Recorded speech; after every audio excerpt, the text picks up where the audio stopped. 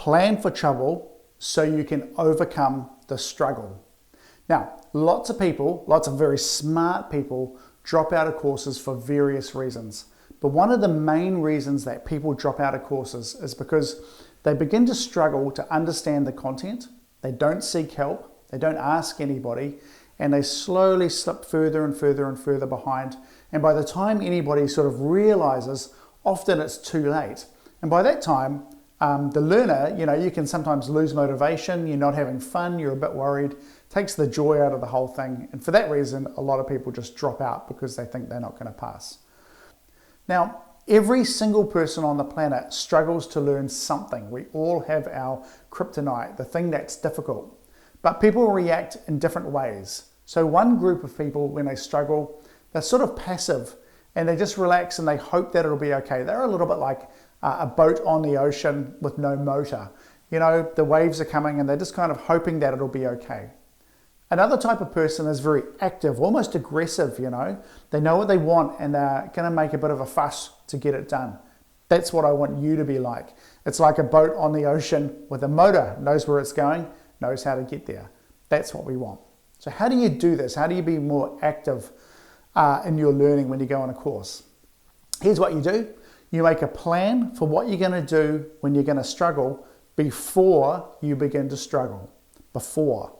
So the way you do this is you think about your resources, like in the previous clip. What are the resources you have available to you? Well, you have the internet. But specifically, what do you have on the internet? You have YouTube clips, for example. Maybe you have Khan Academy, Pathways Awarua.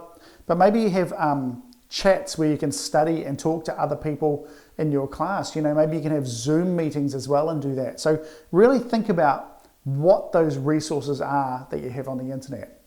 Friends and family. This is an interesting one. Maybe you have an expert in your family or friends who can help you in your learning. For example, if you're doing a carpentry course, perhaps you know a builder, somebody, and you could go to that person and get them to help you. Your tutor. Some people kind of ignore the idea that the tutor's there, but put some pressure on the tutor. Let them know, that you're not understanding something. And there's also study groups that you can join up with. Learners, if you decide to study something in particular with a group of friends from the course, another great idea. And finally, support services. So most organizations will have like a learning support center. And usually they're just full of people dying for a learner to come in and say, hey, can you help me with whatever it is? So those are the sort of resources you have. So just think of this. Your plan will be, when I sense that I'm beginning to struggle to learn something, I will. Tell the tutor straight away. Ask them to do another session on it. Go to the support services and ask them to explain it to me. Go to my friend or family member and ask them to explain it to me, or go to these places on the internet.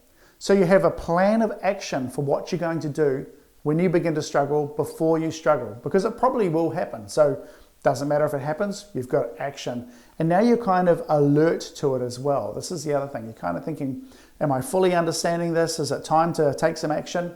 Yes, it is. It's always time to take some action. You are quite capable and totally capable of overcoming any learning challenge. Remember, you've got this amazing brain that can overcome any learning challenge. But the idea is not to be passive, but to be aggressive.